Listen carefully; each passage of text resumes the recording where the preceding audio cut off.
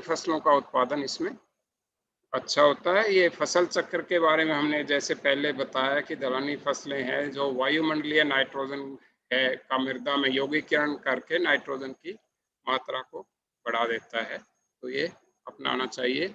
और नीम की खली होती हैं, पत्तियां होती हैं, फसल कटाई के बाद फसल अवशेष है, इनसे भी आप जमीन का उत्पादन उपजाऊ शक्ति जो बढ़ा सकते हैं। इससे भूमि में जीवांश पदार्थ, कार्बनिक पदार्थ जो है ना बढ़ाया जा सकता है। अच्छा, जो हमारी सेहत है मिट्टी की, उसके लिए एक समन्वित पोषण प्रबंधन, उसी की बात कर रहे हैं हम ज़्यादातर।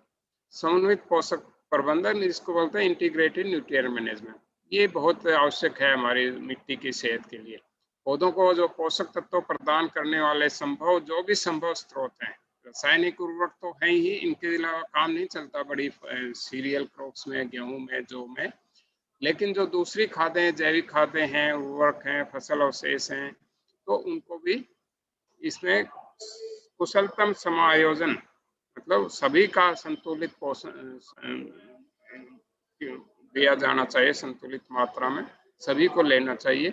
आप जब अगर जैविक खाद वगैरह डाल रहे हैं तो उसकी रासायनिक उर्वरक की मात्रा कम हो जाती है। ये नहीं कि भी उतनी ही मात्रा डालने में नुकसान रहता है, लागत तो लगती है उसमें। पौधे की ग्रोथ भी बहुत ज़्यादा हो जाती है, गिर जाता है और उससे उपज में नुकसान हो जाता है।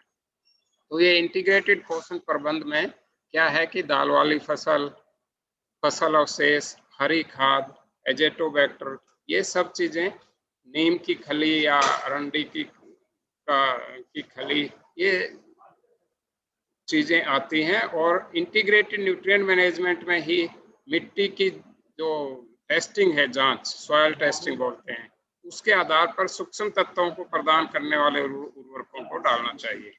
भारतीय मृदाओं में प्रमुख रूप से जिंक, आयरन और मैग्नीज, इन तीन चीज़ों की काफ़ी कमी